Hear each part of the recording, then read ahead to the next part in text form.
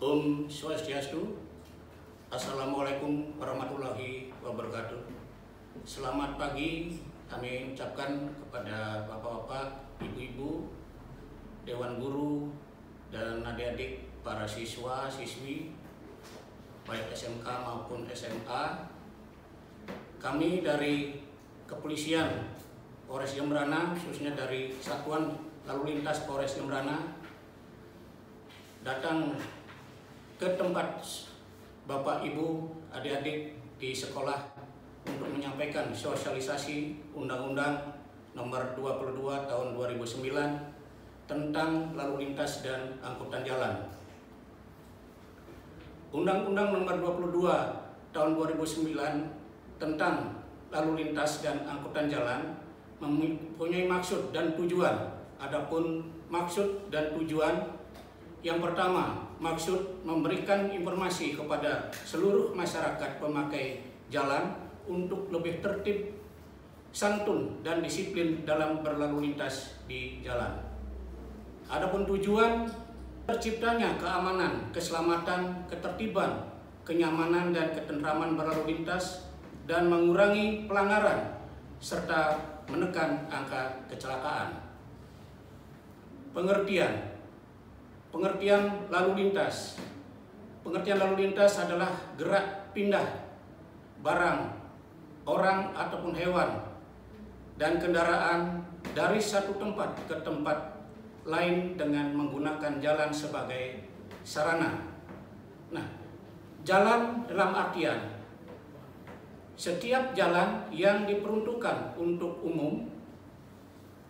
Marka jalan, suatu benda yang ada di permukaan jalan atau di atas jalan yang mempunyai fungsi letak mengarahkan arus lalu lintas yang membatasi daerah kepentingan lalu lintas. Adapun dalam bentuk marka jalan, ada warna marka ada dua. Marka ada dua, yang pertama warna putih dan yang kedua warna kuning. Jenis marka membujur, tidak terputus, tanda larangan lewat dan tepi jalan. Membujur terputus berfungsi mengarahkan lalu lintas, peringatan, dan pembatas jalur. Marka melintang, garis putus, tanda batas berhenti. Yang kedua, garis ganda terputus, yaitu batas berhenti sewaktu mendahulukan kendaraan lain. Garis putus fungsinya boleh mendahului kendaraan lain asalkan pandangan dari depan tidak terhalang, biasanya terdapat di jalan yang lurus. Garis yang tidak terputus fungsinya sama sekali tidak boleh mendahului kendaraan lain, biasanya terdapat di persimpangan jalan, tikungan, tanjakan, dan jembatan. Marka serong.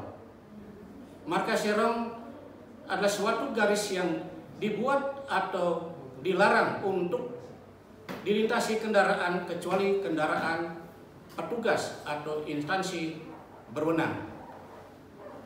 Fungsi dari marka serong, fungsinya adalah pemberitahuan awal. Yang kedua, tidak boleh dimasuki kendaraan. Marka yang lain adalah marka lambang berbentuk panah segitiga atau tulisan yang dipergunakan untuk mengulangi rambu-rambu lalu lintas. Rambu salah satu dari perlengkapan jalan yang berupa lambang, huruf, angka, atau perpaduan lainnya sebagai peringatan, larangan, perintah, dan petunjuk bagi pemakai jalan. Rambu-rambu ada beberapa macam. Di antaranya ada rambu peringatan, seperti adik-adik perhatikan di dalam layar, rambu peringatan kemungkinan ada bahaya, tempat-tempat bahaya di bagian jalan di depannya. Rambu larangan menyatakan perbuatan yang dilarang dilakukan oleh pemakai jalan. Rambu perintah seperti adik-adik perhatikan dalam layar menyatakan perintah yang wajib dilakukan oleh pemakai jalan. Rambu tambahan hanya berlaku untuk sewaktu-waktu tertentu, jarak dan jenis kendaraan tertentu. Rambu sementara, jadi sifatnya adik-adik untuk rambu sementara ini hanya sebentar, bisa digeser sewaktu-waktu, ada kepentingan dan lain-lainnya. Jadi rambu sementara itu tidak dipasang secara tetap, digunakan dalam keadaan dan kegiatan-kegiatan tertentu. Pelanggaran marka jalan, adik-adik, jadi silakan dilihat di dalam tayangan seperti yang terlihat ada kendaraan Jimny warna putih yang melanggar ketentuan melewati garis utuh ganda, dan yang di bawah dari dalam tayangan terlihat sepeda motor yang menyeberang ke arah kanan itu memotong di dalam tikungan dalam keadaan garis tidak terputus. Dalam tayangan yang berikutnya ketentuan dalam kendaraan yang lainnya juga sama, jadi melanggar adanya garis utuh. Nah, ketentuan pidana pada pelanggaran dimaksud adalah sesuai dengan pasal 287 ayat 1 dengan kurungan 2 bulan atau denda Rp500.000. Dalam pasal 106 ayat 2 Undang-Undang Nomor 22 Tahun 2009 diterangkan setiap orang yang mengemudikan kendaraan bermotor di jalan wajib mengutamakan keselamatan pejalan kaki seperti yang dijelaskan tadi. Ada zebra cross. Jadi pejalan kaki dan bersepeda harus diutamakan sesuai dengan ketentuan pidana pasal 284 dengan kurungan 2 bulan dengan denda Rp500.000. Nah, dalam Undang-Undang 2009 tahun 2009 nomor 22 ditekankan tentang kegiatan safety riding. Apa itu safety riding? Safety riding adalah keselamatan dalam berkendara. Jadi pemakai jalan wajib menyalakan lampu pada siang hari, itu yang pertama. Nah, yang kedua, pengguna jalan wajib menggunakan helm SNI sampai berbunyi klik sesuai dengan pasal 106 ayat 8. Yang ketiga, jadi pengguna jalan wajib menggunakan kendaraan dengan menggunakan 2 spion. Dan yang terakhir, menggunakan jalur kiri dan lajur dalam berlalu lintas. Nah, perhatikan sekarang rambu-rambunya yang ada di layar adik-adik. Silakan lihat, ada warna merah berarti lampu larangan dan yang kuning berarti rambu peringatan. Nah, sekarang perhatikan lagi yang hijau. Itu ada rambu-rambu perintah. Di banyak sekitar jalan adik-adik mungkin ada ketemukan kanan dan kiri. Selain ditambahkan dengan rambu petunjuk. Setelah dijelaskan tadi tentang rambu-rambu dan marka, juga termasuk safety reading, traffic light, jadi akan kami tambahkan tentang SIM. Apakah yang dimaksudkan dengan SIM? SIM adalah surat izin mengemudi dengan pengertian sebagai bukti kompetensi bagi seseorang yang telah lulus uji pengetahuan kemampuan dan keterampilan mengemudi di jalan sesuai dengan persyaratan yang ditunjukkan berdasarkan Undang-Undang Lalu Lintas dan Angkutan Jalan. Nah, penggolongan SIM, mungkin adik-adik nanti dilihat di layarnya. Penggolongan SIM itu ada pertama SIM C. SIM C itu untuk kendaraan sepeda motor dan roda 3 tanpa gandengan. Lanjut dengan SIM A. SIM A diperuntukkan untuk mobil penumpang dan barang perseorangan dengan jumlah berat tidak lebih dari 3.500 kg. Oke, lanjut dijelaskan dengan Bapak Kanit sebelah. Lanjut untuk SIM B1. SIM B1 peruntukannya adalah untuk mobil penumpang dan barang perseorangan dengan jumlah berat lebih dari 3.500 kg. Lanjut untuk SIM B2. SIM B2 diperuntukkan untuk mengemudikan alat berat, kendaraan menarik kereta tempelan, gandengan termasuk kendaraan bus dan truk tronton atau tronten. SIM D. Nah, di sini khusus untuk SIM D itu adalah khusus bagi untuk penyandang cacat. Penyandang cacat di sini dibagi dua. SIM D1 setara dengan SIM C. SIM D2 setara dengan SIM A. Jadi usia pemohon SIM jadi sama, usia pemohon baik itu A dan C maupun D. Itu persyaratan usianya sama, yaitu 17 tahun. Untuk SIM B1 persyaratan usia 20 tahun, untuk SIM B2 21 tahun. Sekarang lanjut ke kecelakaan lalu lintas. Kecelakaan lalu lintas pada umumnya kecelakaan lalu lintas terjadi yang diawali dengan pelanggaran yang dilakukan oleh pemakai jalan. Jadi adik-adik, setiap kecelakaan lalu lintas itu sudah barang tentu akan didahului dengan terjadinya pelanggaran. Yang kedua, untuk di wilayah Jembrana, kecelakaan lalu lintas didominasi oleh anak-anak muda yang masih usia remaja setingkat dengan adik-adik usia sekolah saat ini. Dan yang lain kurang mematuhi dan disiplin terhadap peraturan lalu lintas yang ada. Beberapa faktor penyebab terjadinya kecelakaan lalu lintas.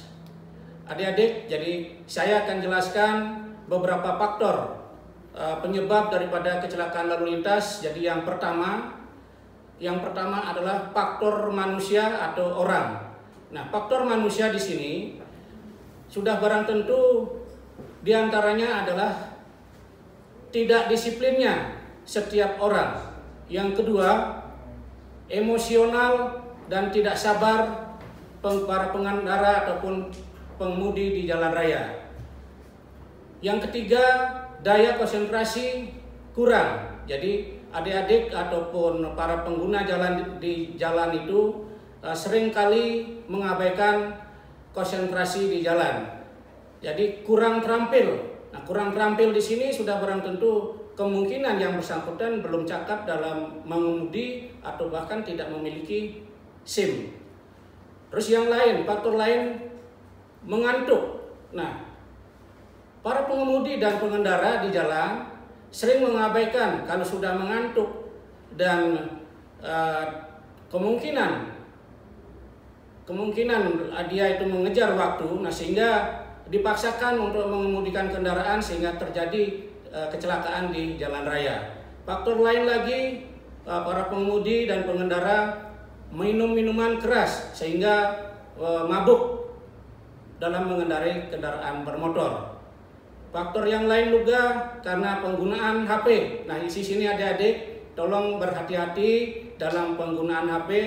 Jika adik-adik menerima telepon atau harus berkomunikasi dengan kerabat atau saudara, jadi silakan adik-adik berhenti dulu. Jadi silakan pinggirkan dulu kendaraan, silakan berhenti sejenak biar selamat di jalan.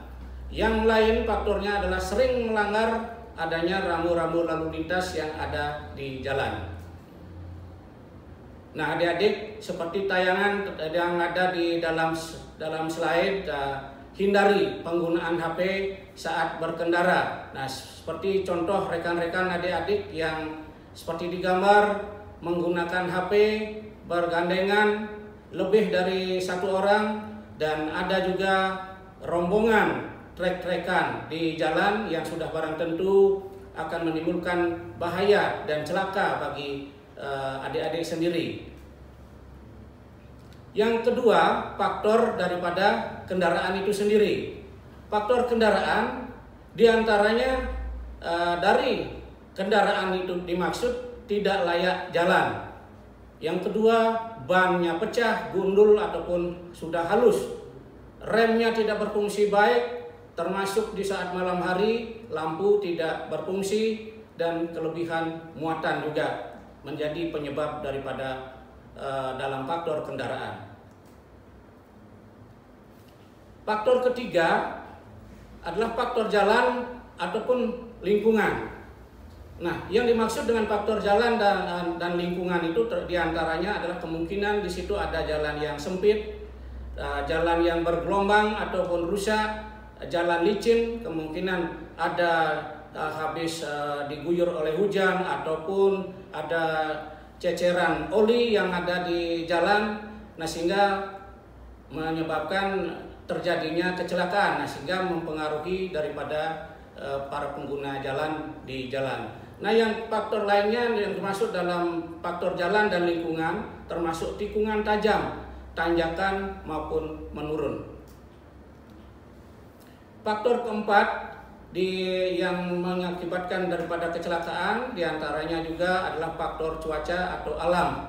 Nah, faktor alam yang dimaksudkan di sini adik-adik ya, jadi termasuk hujan sehingga mempengaruhi licin seperti yang sudah saya sampaikan tadi, termasuk kabut, terjadinya tanah longsor sehingga bisa menutupi keadaan jalan di jalan, termasuk pohon tumbang sehingga menghambat daripada perjalanan para pengemudi di jalan, dan juga angin kencang dan lain-lain.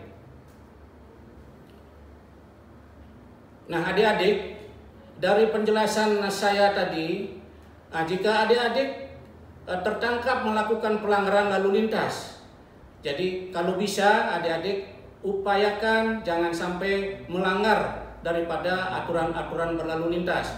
Nah, bagaimana jika tertangkap melakukan pelanggaran lalu lintas? Yang pertama, adik-adik, hentikan kendaraan di tempat yang aman. Jadi ikuti prosedur perintah-perintah daripada petugas yang ada di lapangan. Terus yang kedua, adik-adik, bersikaplah yang sopan. Jadi jika ditanya oleh petugas kenapa tidak mempergunakan helm atau dimintai untuk mengeluarkan surat-surat, jadi silakan adik-adik berikan dan jawab dengan yang sopan dan santun. Terus yang ketiga, jangan berusaha untuk lari adik-adik. Jadi jika adik-adik di stop atau dicegat oleh petugas di jalan, saat kemungkinan saat ada operasi ataupun razia di jalan, adik-adik tidak usah lari. Jadi silakan berhenti saja. Jika adik-adik memaksakan untuk lari, kemungkinan saja dalam kondisi yang emosional dan grogi, nanti di jalan adik-adik bisa mengalami musibah kecelakaan. Nah, yang lain, tanyakan apa pelanggarannya adik-adik. Nah, jika adik-adik di stop atau dicegat oleh petugas di lapangan, jadi silakan tanyakan apa pelanggaran saya. Jadi jelas petugas akan menjelaskan secara gamblang apa-apa pelanggaran adik-adik. Nah, yang selanjutnya adalah malulah pada diri sendiri. Jadi maksud kami ke petugas, jadi adik-adik harus punya budaya malu. Jadi malu untuk melakukan pelanggaran. Nah, itu adik-adik untuk masalah jika adik-adik ditemui di jalan, di stop oleh petugas, beberapa hal yang harus adik-adik perhatikan sudah saya sampaikan dan sudah saya tayangkan. Silakan sambil adik melihat dalam tayangan. Selanjutnya akan dilanjutkan oleh rekan saya di sebelah untuk memberikan penjelasan. Baik, terima kasih. Jadi akan kami tambahkan, di masa COVID ini mungkin adik-adik sudah paham kita dalam menghadapi masa pandemi COVID-19. Jadi kami dari Satuan Lalu Lintas Polres Jemberana akan memberikan himbauan tambahan kepada pengendara kendaraan roda 2 maupun penumpang. Diwajibkan di masa pandemi ini selain menggunakan masker, adik-adik, bapak-bapak atau ibu-ibu tetap menggunakan helm keselamatan SNI. Jadi kami berupaya dalam setiap beraktivitas di luar ruangan selama pandemi ini wajib menggunakan masker untuk pencegahan dan helm SNI saat berkendara. Jika berkendara keluar rumah, wajib helm dan masker digunakan. Nah, kami di dalam slide ini akan memberikan himbauan kepada pengguna kendaraan roda 2 atau sepeda motor. Wajib menggunakan lajur kiri dan berpindah lajur kanan apabila hendak mendahului kendaraan atau belok ke kanan yang sesuai dengan Undang-Undang Nomor 22 Tahun 2009 Pasal 287 Ayat 1. Nah, di sana terlihat ada gambar traffic light. Nah, akibatnya apa? Jika patuhi lampu traffic light. Jangan menerobos lampu merah karena bisa fatal akibatnya. Jangan sampai adik-adik menambah korban kecelakaan seperti yang gambar di atas. Nah, di saat pandemi ini adik-adik mungkin melihat banyak sepeda atau rekan-rekan adik yang menggunakan sepeda gayung. Nah, untuk mengurangi mungkin biar tidak jenuh di rumah, selalu menggunakan sepeda untuk beraktivitas. Nah, sekarang kami akan memberikan penjelasan protokol tentang penggunaan sepeda. Tetaplah menggunakan lajur kiri apabila adik-adik bersepeda di jalan. Patuhi aturan lalu lintas. Pakai alat pelindung diri dan taati protokol kesehatan. Pastikan sepeda yang adik-adik kendarai dalam keadaan layak, seperti remnya bagus, bannya bagus, biar tidak terjadi kecelakaan atau macet di jalan. Yang paling penting, jika sudah di lampu merah, tolong ikuti lampu merahnya, karena biarpun adik-adik bersepeda nyelonong bisa terjadi kecelakaan. Nah, kami akan tambahkan tips bagi pengendara sepeda di saat pandemi ini. Jadi pastikan kondisi sepeda dalam keadaan baik setang, rem, ban, dan lain-lainnya. Nomor 2, selalu pakai masker dan sarung tangan yang nyaman dan memiliki ventilasi udara yang baik serta cadangan untuk mengganti apabila di saat goes atau bersepeda basah karena keringat.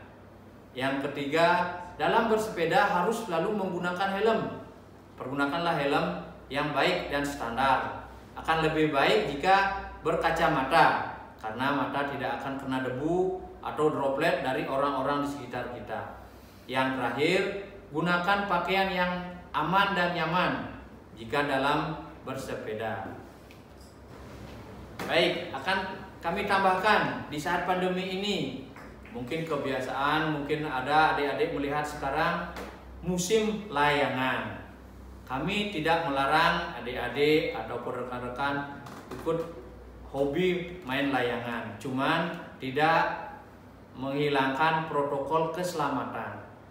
Menggunakan layang-layang itu sebisa mungkin di lapangan atau di tempat luas atau yang lebar, jauh dari pemukiman penduduk atau dari tegangan listrik, karena sudah banyak korban yang berjatuhan akibat main layang sembarangan.